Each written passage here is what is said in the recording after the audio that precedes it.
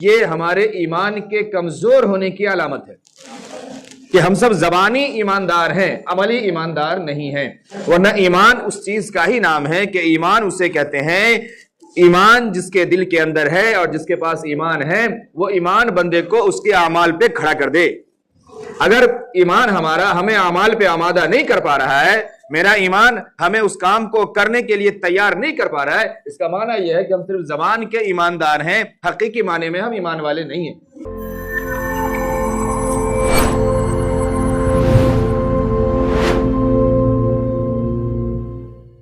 اللہ تبارک و تعالیٰ نے انسان کو، ہمیں اور آپ کو دنیا میں پیدا فرمایا، اور اللہ رب العالمین نے دنیا میں بے شمار نعمتوں سے نوازا۔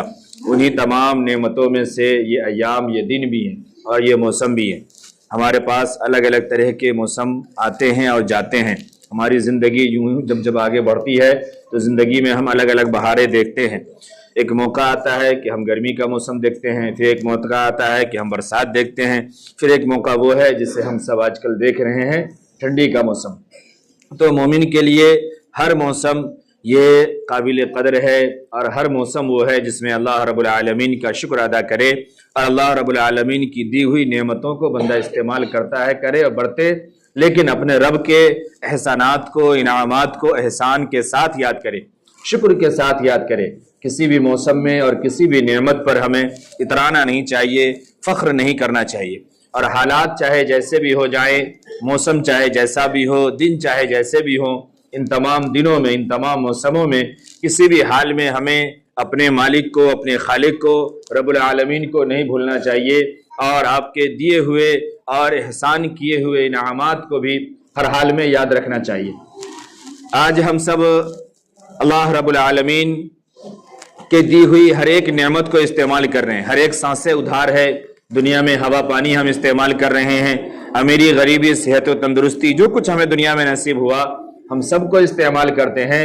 لیکن جب بات آتی ہے رب العالمین کے حق کو ادا کرنے کی، ان نعمتوں کے صحیح شکر گزار ہونے کی، پھر ہم یہ کہتے ہیں کہ ابھی حالات ایسے ہیں، ابھی معاملات ایسے ہیں، ابھی موسم بڑا خراب ہے، ابھی گرمی بہت ہے، ابھی برسات بہت ہے، ابھی سردی بہت ہے۔ بڑا آسان سا اس کا جواب ہے کہ چاہے سردی ہو، چاہے گرمی یا برسات، میرا ذاتی کوئی کام نہیں رکتا۔ ہمارے اپنے جو تقاضے ہیں وہ ہمارے نہیں رکتے۔ ہم کھاتے بھی ہیں، پیتے بھی ہیں، ٹہلتے بھی ہیں، بازار بھی جاتے ہیں، مارکیٹ بھی جاتے ہیں۔ اسی طریقے سے جو ہمارے کاروبار ہے ہم وہ بھی کرتے ہیں، جو ہمارا شادی بیاہ ہے وہ بھی کرتے ہیں، سب کچھ کرتے ہیں۔ اور ان دنوں میں کرنے کے لیے کن چیزوں کی ضرورت ہو سکتی ہے، ان تمام چیزوں کا ہم انتظام کرتے ہیں۔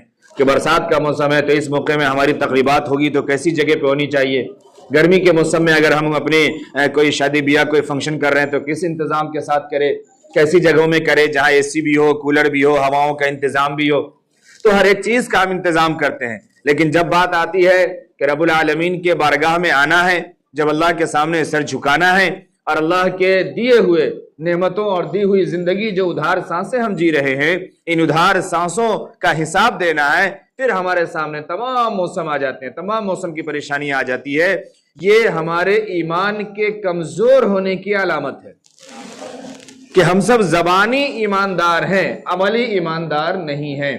ورنہ ایمان اس چیز کا ہی نام ہے کہ ایمان اسے کہتے ہیں، ایمان جس کے دل کے اندر ہے اور جس کے پاس ایمان ہے، وہ ایمان بندے کو اس کے اعمال پہ کھڑا کر دے۔ اگر ایمان ہمارا ہمیں اعمال پہ آمادہ نہیں کر پا رہا ہے، میرا ایمان ہمیں اس کام کو کرنے کے لیے تیار نہیں کر پا رہا ہے، اس کا معنی یہ ہے کہ ہم صرف زبان کے ایماندار ہیں، حقیقی معنی میں ہم ایمان والے نہیں ہیں۔ سوچنے والی بات ہے، ایک مریض ہو، ایک مریض کو معلوم ہو کہ ہمیں ایک شدید مرض جو اس سے ہے، اور اس مرض کے بعد ہمیں دوا کھانی ہے، اور دوا فلاں وقت پہ لینا ہے، اسی طریقے سے لینا ہے، اگر ہم نہیں لیں گے تو ہمارے معاملات بگڑ جائیں گے، طبیعت خراب ہو جائے گی۔ کون ایسا احمق مریض ہوگا جو ان تمام چیزوں کا اہتمام نہیں کرے؟ یا وہ مریض یہ کہے کہ ابھی ٹھنڈی ہے تو ہم چھوڑ دیتے ہیں، یا ابھی گرمی ہے تو چھوڑ دیتے ہیں، یا ابھی برسات ہے تو چھوڑ دیتے ہیں؟ ایسا نہیں۔ ہر صبح شام ہر وقت جس طریقے سے جو کچھ بتایا گیا ان تمام چیزوں کو وہ کرتا ہے، اور پھر اپنی صحت کا اور اپنی زندگی کا خیال کرتا ہے۔ لیکن جب بات ہمارے ایمان کی ہے تو ایمان کا ضعف یہ ہے کہ ایمان ہمیں اعمال پہ کھڑا نہیں کرنے دے رہا ہے، اور جیسے ہی ہم اعمال کی بات آئے اور اس میں ہم آگے پیچھے نکیر کرنے لگے اور ہم یہ بہانہ کرنے لگے کہ صحت اچھی نہیں ہے یا موسم اچھا نہیں ہے یا کوئی اور پریشانی ہے، اس کا معنی یہ ہے کہ ہم ایمان کے ساتھ دنیا کو غالب رکھے ہوئے ہیں، ہمارا نفس ہم پر غالب ہے، ایمان غالب نہیں ہے۔ یہ قرآن کا فیصلہ ہے، اگر ایمان غالب ہوگا، ایمان بندے کو کھڑا کرے گا اعمال کے اوپر۔ ہم اگر ایمان پہ اعمال پہ نہیں کھڑے ہو پا رہے ہیں، اگر ہمارا ایمان اذان سننے کے باوجود ہمیں اس بات پہ آمادہ نہیں کر رہے کہ ہم مسجد آ جائیں، اس کا معنی یہ ہے کہ ہمارا ایمان بالکل کمزور ہے۔ کمزور نہیں، یوں کہہ لیجئے کہ شاید دل کے کسی کونے میں چھپا ہوگا تو ہوگا، ورنہ ایمان ہے نہیں۔ انہیں سے سب سے محترم شان عبادت ہے، آنکھ بند ہوتے ہی سوال شروع ہو جانا ہے، معاملات صحیح ہونے ہیں۔ اگر بولے کہ اگر جس کی نماز درست نکلے گی اس کے تمام معاملات آسان ہو جائیں گے، ہم اسی کو بھولے بیٹھے ہیں، چھوڑے بیٹھے ہیں، کیسا ایمان ہے ہمارے اندر؟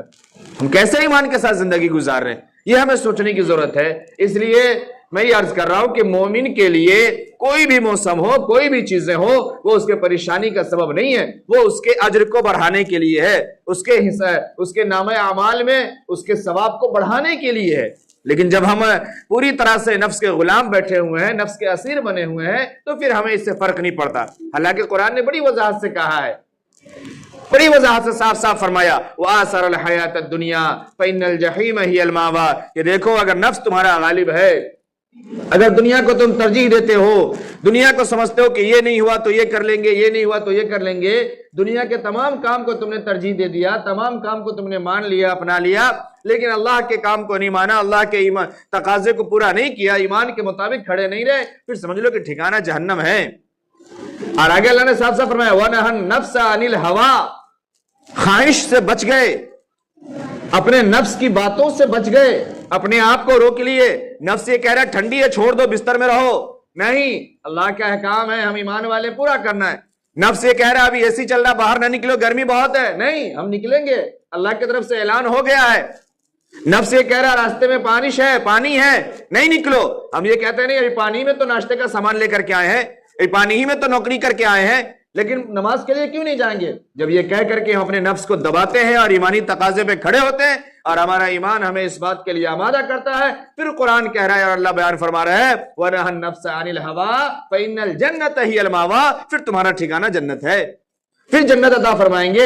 اللہ رب العالمین نے کتنی وضاحت کے ساتھ کتنے آسان لفظوں میں بات کو سمجھائی، لیکن ہم انسان ہیں کہ سمجھنے کو بالکل تیار نہیں، ہم اپنی منمانی زندگی گزار رہے ہیں، جو ہمارا دل چاہے گا، جو ہمارا نفس چاہے گا، جو ہماری خواہشیں ہوگی وہی زندگی گزاریں گے۔ میرے محترم بزرگ اور دوستو، جملہ یاد رکھیے، خواہش کی زندگی گزارنے کے لیے یہ جگہ دنیا نہیں ہے، دنیا خواہش کی زندگی گزارنے کی جگہ نہیں ہے، خواہش کی زندگی گزارنے کی جگہ یہ جنت ہے۔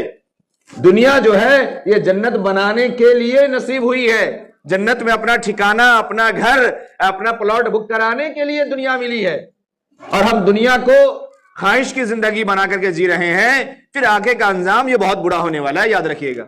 اس لیے خواہش کی زندگی اگر گزارنی ہے، آرام کی زندگی گزارنی ہے، چین کی زندگی گزارنی ہے، لامحدود زندگی گزارنی ہے، جس زندگی کی کوئی انتہا نہیں ہے، جب تک میدان محشر قائم نہ ہو جائے، اور پھر میدان محشر کے بعد ابدی زندگی نصیب ہونی ہے جنت یا جہنم کی شکل میں، اس کے ٹھکانے کے لیے یہ مختصر سا وقت اور یہ مختصر سی دنیا ہمیں نصیب ہوئی ہے۔ ہم چاہتے ہیں کہ یہی ہماری تمام خواہشیں پوری ہو جائے، آرام کی زندگی گزارنی ہے، چین کی زندگی گزارنی ہے، لامحدود زندگی گزارنی ہے، جس زندگی کی کوئی انتہا نہیں ہے، جب تک میدان محشر قائم نہ ہو جائے، اور پھر میدان محشر کے بعد ابدی زندگی نصیب ہونی ہے جنت یا جہنم کی شکل میں، اس کے ٹھکانے کے لیے یہ مختصر سا وقت اور یہ مختصر سی دنیا ہمیں نصیب ہوئی ہے۔ ہم چاہتے ہیں کہ یہی ہماری تمام خواہشیں پوری ہو جائے، یہی ہمیں سب کچھ مل جائے، یہی ہم سب کھا لیں، سب پی لیں، سب حاصل کر لیں، سب دیکھ لیں، جو کچھ کر سکتے ہوں سب یہی کر لیں۔ اور لوگ کہتے ہیں یہ دنیا بہت تھوڑی ہے، عمر بہت کم ہے، جو کرنا ہے سب کر لو۔ سب کرنے کے لیے یہ دنیا نہیں ملی ہے، یہ دنیا وہ سب کرنے کے لیے ملی ہے جس کے بعد آپ کو سب کچھ کرنا آسان ہو جائے، جس کے بعد سب کچھ کرنا آسان ہو جائے، جس کے بعد آپ کو سب کچھ مل جائے، وہ سب کرنے کے لیے دنیا ملی ہے۔ دنیا یہ سب کرنے کے لیے نہیں ملی ہے جو سب ہم کر رہے ہیں، یہ یاد رکھیے گا۔ اس لیے بہت محتاط طریقے سے زندگی گزاریں۔ ہم لوگ آئے دن ہر صبح شام ایک دوسرے کو کاندھے پہ اٹھا رہے ہیں, ایک دوسرے کے لیے انا للہ و انا الیہ راجعون پڑھ رہے ہیں, ہمیں اپنی کوئی فکر نہیں ہے. کوئی, آپ ایک بات غور کر کے سوچئے, کوئی مرنے والا یہ سوچا ہوگا کہ آج ہم مر جائیں گے؟ یا ہم میں کا کوئی سوچا ہے کہ یہ آج مر جائے گا؟ بعد میں ہم افسوس کرتے ہیں. ابھی حالیہ 2 ہفتوں کے اندر جو 3 واقعات ہوئے, تینوں اچانک کے, شام مل رہے, صبح مل رہے, ابھی مل رہے, ابھی ختم. ان سب چیزوں سے بھی بات سمجھ میں نہیں آتی. بعد میں ہم لوگ ڈھونڈ رہے, وہ دوا کھاتا تھا, نہیں کھایا ہوگا, وہ موٹا تازہ تھا, کولیسٹرول بڑھ گیا ہوگا. دوسرا مرنے والا دبلا پتلا بھی تھا, کہتا وہ کمزور تھا اس لیے مر گیا. دنیا میں نہ کوئی طاقتور بچا ہے, نہ کوئی موٹا بچا ہے, نہ کوئی پتلا بچا ہے, کوئی نہیں بچا ہے, اور کوئی نہیں بچے گا. نہ کوئی مزدوری کرنے والا بچے گا, نہ کوئی ٹرپل ایکسل والا بچے گا, نہ کوئی 0 فگر والا بچے گا. وقت آئے گا جس کا پورا ہو گیا, ان اجل اللہ اذا جاء لا یؤخر. اگر وقت آ گیا ہے تو پھر جس حال میں ہیں, جہاں ہیں, جیسے ہیں, چلے جائیں گے. پھر کوئی کہے گا گرمی بہت تھی اس لیے سر چکرا گیا اور گر گیا, اور پتہ نہیں اس کو کیا کہتا ہے, پھٹ آ گیا, اس کی وجہ سے اس کا دماغ پھٹ گیا, مر گیا. ابھی کہے گا ٹھنڈی بہت تھی نا اس لیے اس کو خون جم گیا, اس لیے برن ہیمریج ہو گیا. لاجک دنیا نکالتی رہ جائے گی. وقت آ گیا, لے جا کے قبر میں ڈال دیا جائے گا. کوئی کچھ نہیں کر سکتا, کوئی کسی کے کام نہیں آئے گا.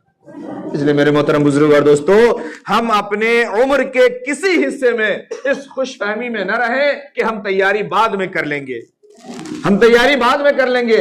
ہر نماز ہماری وہ نماز ہو کہ پتہ نہیں اگلی نماز ہمیں ملے نہ ملے. زندگی اس کا نام ہے.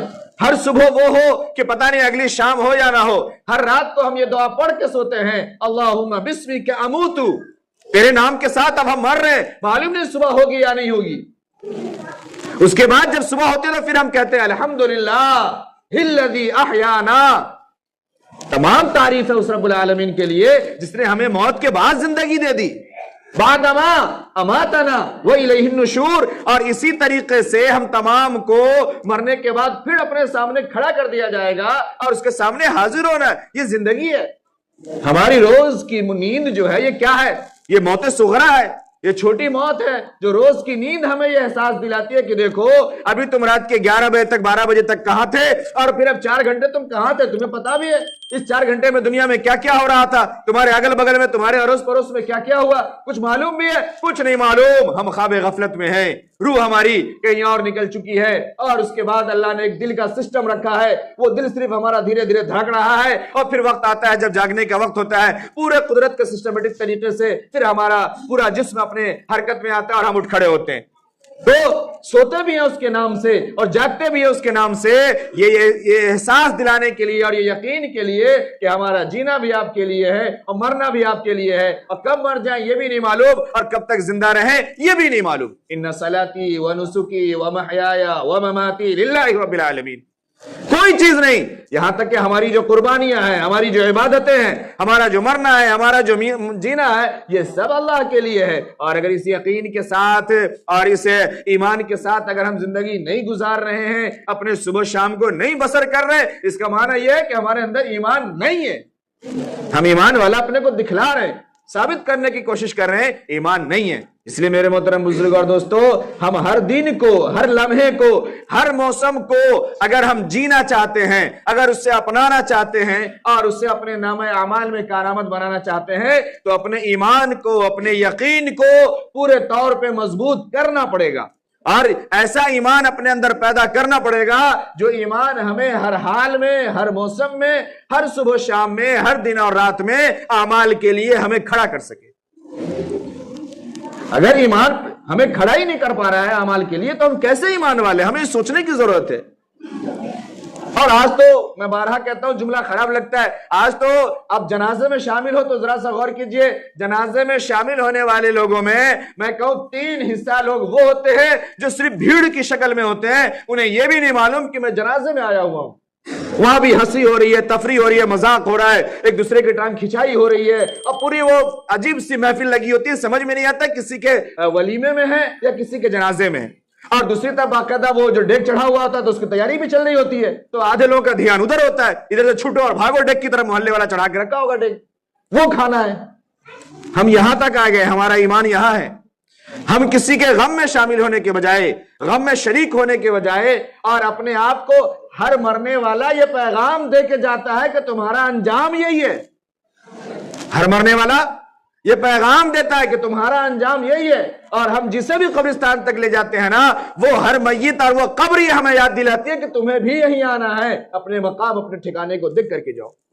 ہم اس تھوڑے سے لمحے کے لیے جا کر کے وہاں پہ کچھ ایصال ثواب کر لیتے، جو کچھ آتا ہے ہم ایک آگ لفظ کلمہ ہی صحیح، دعا ہی صحیح، سبحان اللہ ہی صحیح پڑھ کر کے اپنے آباء و اجداد کے لیے، جو بھی قبرستان میں مدفون ہیں ان تمام مردوں کے لیے کچھ ہم دعا کر لیتے، اس کے بجائے وہاں کھڑے ہو کر کے ہم ہنسی مذاق کر رہے ہوتے۔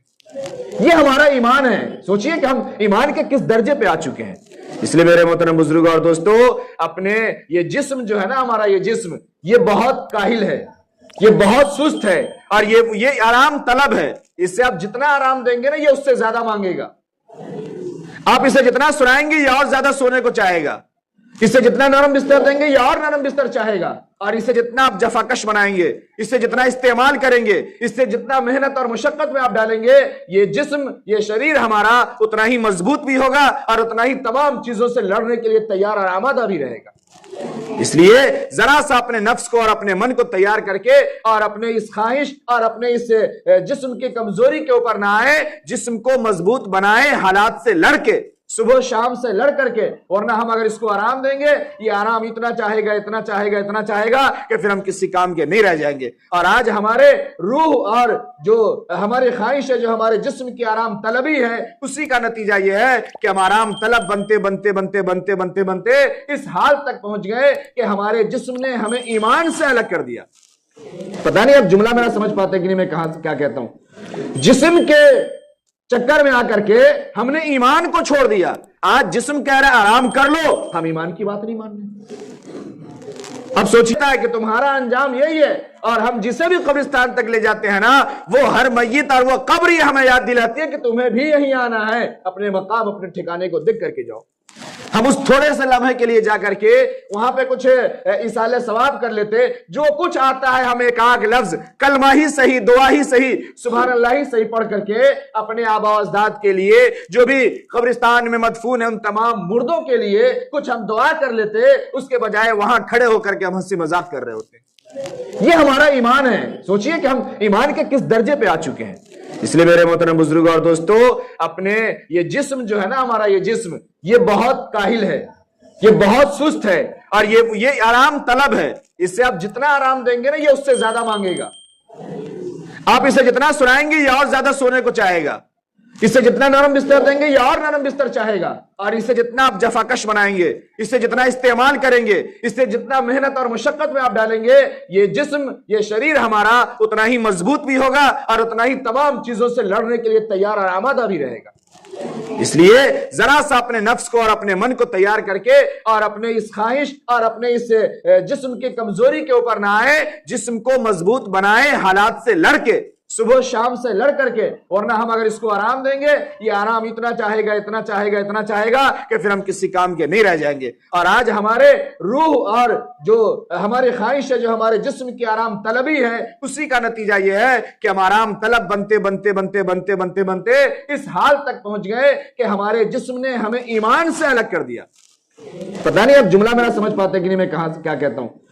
جسم کے چکر میں آ کر کے ہم نے ایمان کو چھوڑ دیا۔ آج جسم کہہ رہا ہے آرام کر لو، ہم ایمان کی بات نہیں مان رہے۔ اب سوچئے، یہ جسم جس کو خاک میں مل جانا ہے، میں اس پہ بڑی تفصیل سے بارہ سمجھا چکا ہوں کہ کیا کیا چیزیں کام آتی ہے۔ آپ کو کام آنے والی جو چیز ہے وہ ایمان ہے، وہ روح ہے۔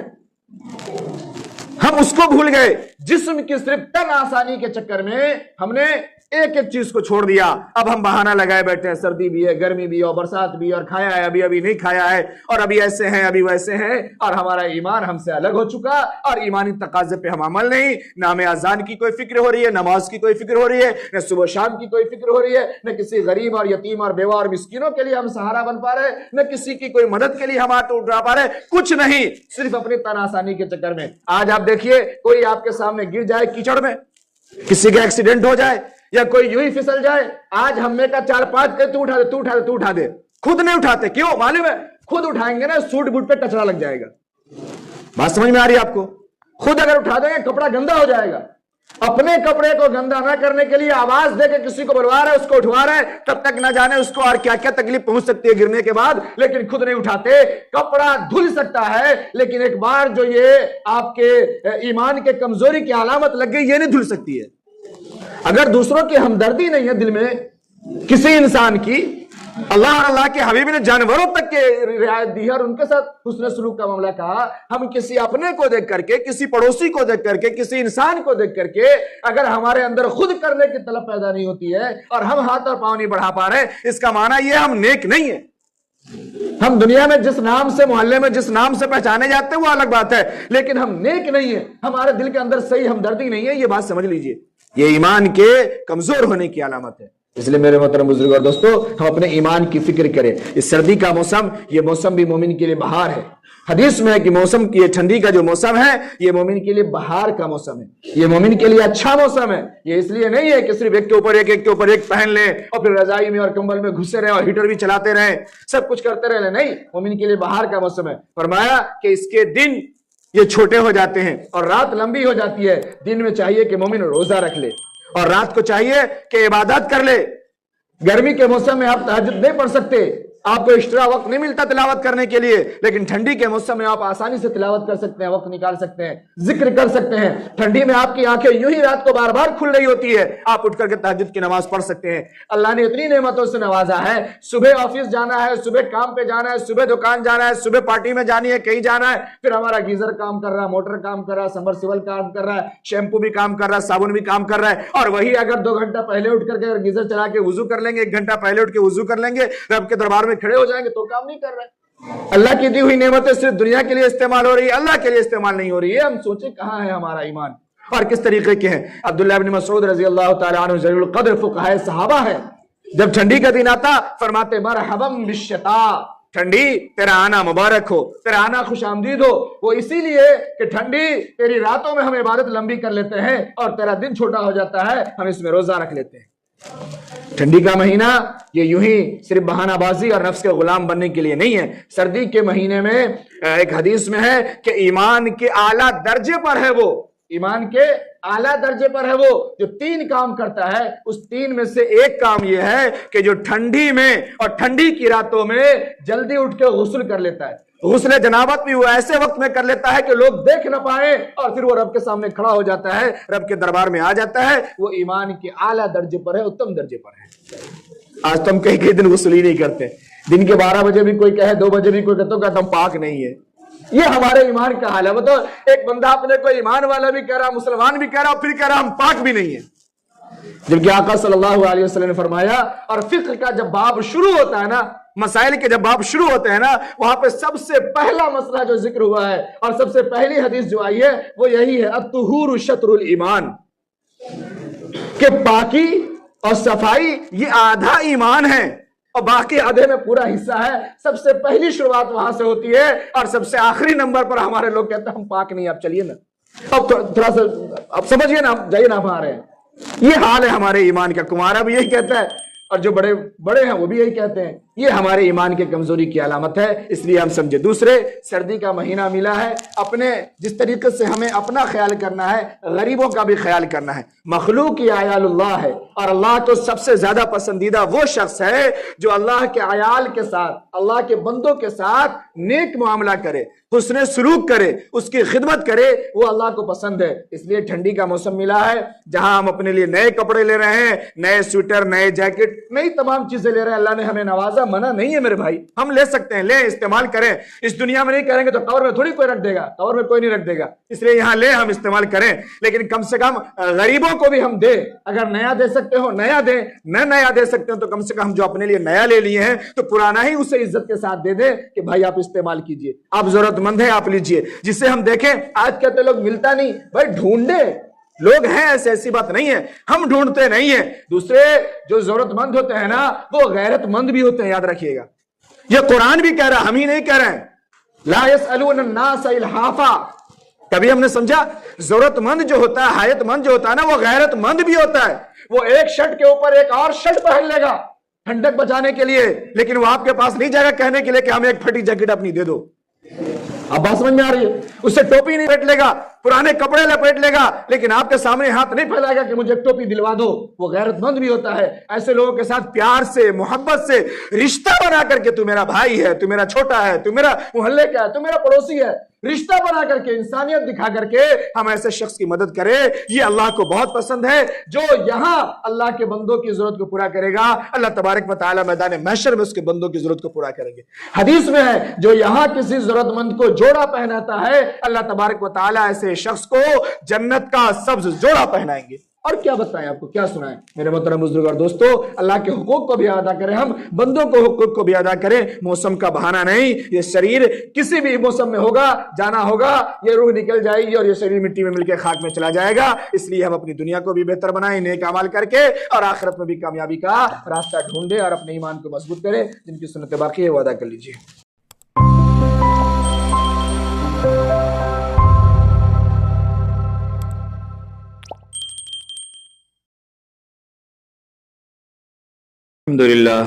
الحمد للہ رب العالمین، والصلاة والسلام علی سید الانبیاء والمرسلین محمد وعلی آلہ واصحابہ اجمعین، اما بعد، فقد قال اللہ تبارک و تعالی فی القرآن المجید، اعوذ باللہ من الشیطان الرجیم، بسم اللہ الرحمن الرحیم، وما خلقت الجن والانس الا لیعبدون، صدق اللہ العظیم۔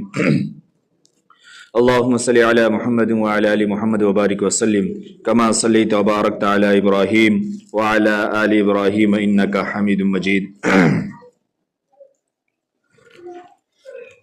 اللہ تبارک و تعالیٰ کا بے پناہ شکر اور احسان ہے، مالک کریم نے ایک بار پھر ہم تمام کو اپنے بارگاہ میں حاضری کی توفیق نصیب فرمائی۔ اللہ تبارک و تعالیٰ نے ہم تمام کی سانسوں کو اتنی مہلت دی، ہمیں اتنی زندگی عطا فرمائی کہ ہم پھر ایک ہفتے کے بعد دوسرے ہفتے میں اللہ کے عظیم الشان اور عظیم دن میں اور اللہ رب العالمین کے بارگاہ عالی میں حاضر ہوئے۔ ہم تمام کو اپنے اس مہلت پہ، اللہ کی طرف سے دی ہوئی اس توفیق پہ شکر گزار ہونا چاہیے اور شکر ادا کرنا چاہیے، اور ہر نیکی اور ہر بھلائی کی ہر حال میں، ہر آن میں، ہر موقع پر کوشش کرنی چاہیے۔